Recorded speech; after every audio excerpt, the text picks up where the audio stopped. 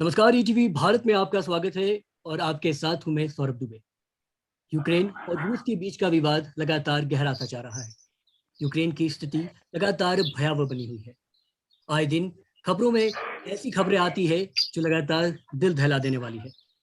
ऐसे में इस बीच भारतीय छात्र जो मेडिकल की पढ़ाई के लिए यूक्रेन गए हुए थे, वो फंसे हैं। उनके साथ फंसे हैं कई भारतीय प्रवासी भी। राहत की खबर यह है कि भारत सरकार लगातार इन लोगों को वापस लाने के लिए कवायद कर रही है। ऐसे में आज हमारे साथ वो छात्र मौजूद है जो हाल फिलहाल में यूक्रेन से भारत लौटे हैं। आइए इनसे बात करते हुए जाने कि आखिर वहाँ का मंजर कैसा है, वहाँ की वास्तु स्थिति कैसी है और ये लोग अपने भविष्य को लेकर क्या सोचते हैं। आप लोगों का बहुत बहुत स्वागत है। मेरा सबसे पहला सवाल आयुश्री आपसे होगा कि आपको भारत आकर, भारत लौटकर वतन वापसी कर कर कैसा लग रहा है? अ, जी, मुझे इंडिया वापस आकर काफी रिलीफ फील हो रहा है, क्योंकि हम जब वहाँ यूक्रेन में फंसे हुए थे तभी हमें नहीं पता था कि हम कैसे बॉर्डर्स क्रॉस करेंगे या कहाँ जाएंगे या कोई शेल्टर्स में भी जाएंगे तो क्योंकि सेफ है या नहीं हमें नहीं पता था, क्योंकि शेल्टर्स में भी जो लोग फंसे हुए हैं वहां पे भी रशियंस अटैक कर रहे हैं।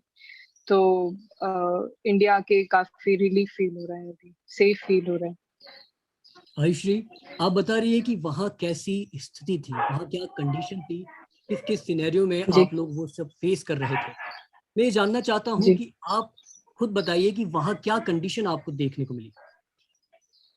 एक्चुअली मैं और शिव, हमारा फ्लाइट था कीव बोरिस्पल एयरपोर्ट से, जो इंडिया एयर इंडिया से फ्लाइट था, रेस्क्यू फ्लाइट था। हम बोरिस्पल एयरपोर्ट जा रहे थे, लेकिन उसी दौरान सुबह खबर आई कि रशियंस ने एयर स्ट्राइक किया है बोरिस्पल एयरपोर्ट के नजदीक। तो सारे फ्लाइट्स कैंसिल हो गए थे और हर जगह पैनिक सिचुएशन था, किसी किसी से कोई कांटेक्ट नहीं हो पा रहा था। और फिर हम वहां से इंडियन एम्बेसी गए, जहाँ पे उन्होंने हमें एक शेल्टर दिया। इंडियन एम्बेसी जो कीव में है, वो लोग हमारे साथ थे, वो लोग कांटेक्ट में थे, लेकिन क्योंकि कीव कैपिटल जो यूक्रेन का कैपिटल है वो ऑलरेडी एक वॉर जोन में था, तो कोई भी ट्रांसपोर्ट अवेलेबल नहीं था, सिर्फ ट्रेन के अलावा रेलवेज चल रही थी। तो हम 2 दिन वहीं फंसे हुए थे। वहां पे खाना बहुत रेशनिंग हो रहा था, खाने को लेके, पानी को लेके, हर एक चीज को लेके। तो मैंने और शिव शिव ने डिसाइड किया कि हम रेलवे ट्रेन से हम वेस्ट की ओर जाने की कोशिश करेंगे। हमारी यूनिवर्सिटी की एक टीचर है, उन्होंने हमें ये एडवाइस दिया कि आप कोई भी ट्रेन मिलती है कीव से, उसमें बैठ जाइए। और लेकिन हमने सबको पूछने की कोशिश की, लेकिन सब यही बोले कि अगर आपको यहाँ से निकलना है तो आप अपनी खुद की रिस्क पर निकलेंगे, जी कोई जी रिस्पॉन्सिबल नहीं रहेगा। तो जी। जैसा कि शिव आयुषी ने बताया कि क्या क्या वहाँ आप लोग फेस कर रहे थे, ट्रेन से आपको जाना पड़ा, ये सारी परेशानी थी। ऐसे में मुख्य परेशानी ये भी हमको लगातार खबरों में मिल रही थी कि खाने पीने को लेकर, आर्थिक स्थिति को लेकर, जो आपकी फाइनेंशियल कंडीशन है, इसको लेकर लगातार सवाल उठ रहे थे कि आप लोग इस चीज से कैसे उभर कर सामने आ रहे हैं। तो आप बताइए शिव कि किस तरह की परेशानी खाने पीने को लेकर या आपकी फाइनेंशियल कंडीशन को लेकर थी। शिव। अ, हमारे पास पेरेंट्स ने कुछ रिसोर्सेज, मनी मनी भेजा था, ट्रांसफर किया था, बट एटीएम्स में ऑलरेडी बहुत लॉन्ग क्यूज थे, तो उस वजह से हम कैश भी विड्रॉ नहीं कर पा रहे थे। तो वो एक मेन प्रॉब्लम था। और बाकी हम लोग ने थोड़ा सुपरमार्केट्स जाके कुछ शॉपिंग कर लिया था अपने लिए, ताकि कुछ दिन हम उससे गुजारा कर लिए। और इंडियन एम्बेसी ने जितना हो सके उतना प्रोवाइड किया हमें, भले लिमिटेड था, but they tried their best. Rajul, मैं आपसे पूछना चाहता हूँ कि इंडियन एम्बेसी लगातार आप लोगों के संपर्क में थी, प्रयास कर रही थी आपको बाहर इवैक्यूएट करने का। क्या यूनिवर्सिटी और आपके कॉलेज द्वारा भी ऐसी कोई कवायद की जा रही थी, कोई प्रैक्टिस की जा रही थी ताकि आपको सेफली यूक्रेन से बाहर भारत भेजा जा सके वापस? राहुल, रजुल। सर, स्टार्टिंग में जब ये अटैक हुआ था, जब पहला अटैक हुआ था, तब सर हमारे पास किसी भी तरह की कोई डिटेल्स नहीं आ रही थी कि हमें कैसे क्या करना है। बस हमें इतना बताया गया था कि अटैक हुआ है और इस सिचुएशन में आपको सबसे पहले अपने पास जितना हो सके उतना खाना और जितना हो सके उतना कैश कलेक्ट करके रखें, ताकि आप इन केस अगर आगे कुछ नहीं भी हुआ तो हमारे पास कम से कम खाने के लिए। और यूनिवर्सिटी के अकॉर्डिंग के थ्रू हमारे पास उस समय कुछ भी रिगार्डिंग्स नहीं आ रहे थे। लेकिन उसके 2 दिन बाद जब हमें वहां से एम्बेसी के थ्रू ये आया कि हमें यहाँ से इवैक्यूएट होना है और हमें बॉर्डर्स तक पहुंचने, फिर उसके बाद यूनिवर्सिटीज ने करीबन 1 या 2 बस अरेंज की थी, लेकिन वो सफिशिएंट नहीं थी सारे बच्चों के निकलने के लिए। तो यूनिवर्सिटी के साथ साथ कुछ स्टूडेंट्स थे, हमने मिलके कुछ बसेस अरेंज की, प्राइवेट बसेस, ताकि हम ज्यादा से ज्यादा स्टूडेंट्स को यहाँ से बॉर्डर की तरफ लेके जा सकें।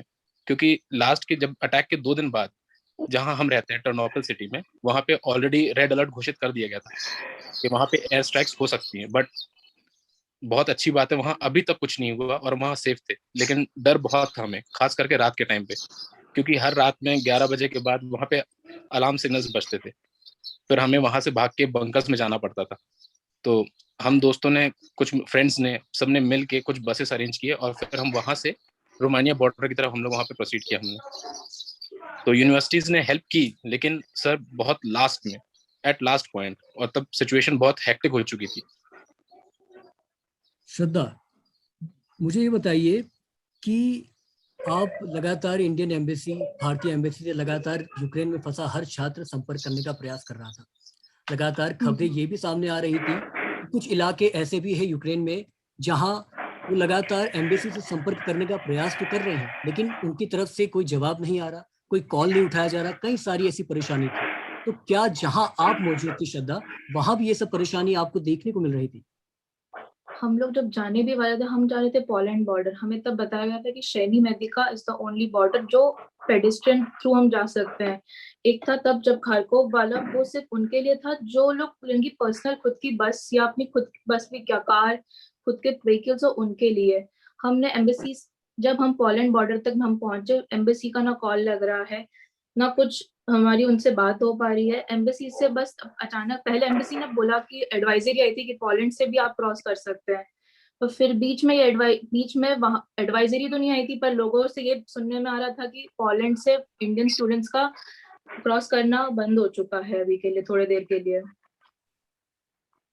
जी प्रिंस, आप ये बताइए, श्रद्धा ने बोला कि भारतीय छात्रों का पोलैंड से क्रॉस करना बंद कर चुका है। क्या आप लोगों के साथ और भी अन्य देश के छात्र मौजूद थे?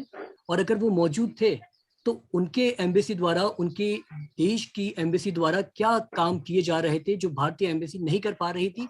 या फिर क्या भारतीय एम्बेसी ऐसा कोई काम कर रही थी जिससे विदेशी जो छात्र थे वो उनको मदद मुहैया हो जाए? प्रिंस। फर्स्ट ऑफ ऑल, मैंने जो बॉर्डर मैं जहाँ से आया हूँ वो रोमानियन बॉर्डर था, मैंने क्रॉस किया था। तो वहाँ पे हमारे अलावा और भी नेशनलिटीज के स्टूडेंट थे, जैसे नाइजीरिया के, पोलैंड के और यूक्रेनियंस भी थे जो क्रॉस कर रहे थे बॉर्डर। तो मैक्सिमम जहाँ पे स्टूडेंट थे वो इंडियन थे, और जितनी ज्यादा मैं देख रहा था वहाँ पे जो मदद मिल रही थी वो इंडियन एम्बेसी से मिल रही थी। मुझे बाकी नेशनलिटीज के एम्बेसीज के वहाँ कोई भी नहीं दिख रहे थे। तो इंडियन एम्बेसी ही उनको गाइड कर रही थी। वो प्रॉपर हेल्प नहीं कर पा रही थी, लेकिन गाइड कर रही थी कि आप ऐसे करो, यहाँ से निकलो, आप यहाँ से निकलो। तो हमारी एम्बेसी, इंडियन एम्बेसी, हमारे लिए भी काम कर रही थी और साथ में साथ उनकी भी हेल्प कर रही थी। तो ऐसे में यशस्वी, ये बताइए कि आप जब भारत लौट रहे थे, ये सारी कार्यवाही एम्बेसी द्वारा, भारत सरकार द्वारा की जा रही, तो आपको उस वक्त किस किस परेशानियों का सामना करना पड़ा? ये सवाल इसलिए भी जरूरी है क्योंकि लगातार यहाँ खबरें ये भी आ रही थी कि कुछ छात्रों को कई किलोमीटर चल के बस तक जाना पड़ा, कई छात्रों को बॉर्डर तक जाना पड़ा, इसमें 8-9 किलोमीटर तक शामिल है। ऐसे में क्या ये कंडीशन, क्या ये स्थिति आपके सामने भी आई थी यशस्वी?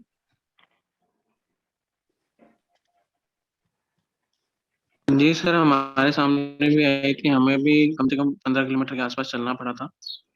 बट क्योंकि वहां पे सर क्या है ना कि यूक्रेनियन लोकल्स भी क्रॉस कर रहे हैं, तो वो लोग अपनी गाड़ियां लगी हुई है, वो गाड़ियों की वजह से ट्रैफिक है।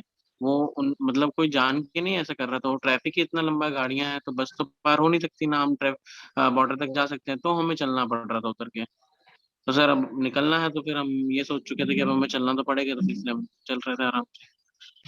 पर हाँ, काफी दिक्कत आ रही थी चलने में, क्योंकि बैग हमारे कंधे पे, और फिर वो बस वही एक दिक्कत हम लोग को लग रही थी। पर ठीक है, धीरे धीरे हम लोग वेट करके चले गए थे। बिल्कुल बिल्कुल यशस्वी, मैं देख सकता हूँ साफ तौर पे कि आप लोग भारत तो लौट चुके हैं, पर आपके चेहरे पे अभी भी वो खुशी नहीं है।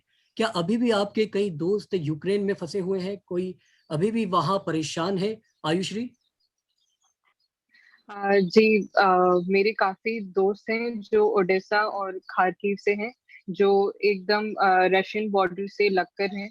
तो वो लोग काफी दिन से ट्राई कर रहे थे कि वो लोग भी हमारी तरह निकले, ताकि वेस्ट बॉर्डर से वो लोग क्रॉस कर पाए।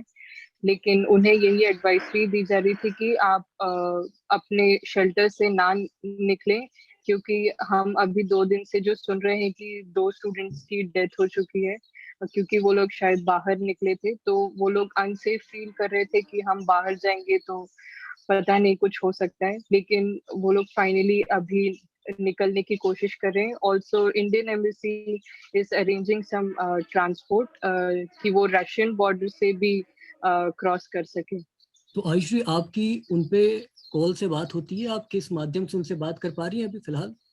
जी, मैं उनसे बात कर पा रही हूँ अभी। हमारे साथ जुड़े थे यूक्रेन से हाल फिलहाल में भारत लौटे वो छात्र जिन्होंने यूक्रेन के मंजर को, वहां की स्थिति को हमसे साझा किया। हम उम्मीद करते हैं कि इन छात्रों के बाकी अन्य साथी भी जल्द से जल्द भारत वापस लौटेंगे।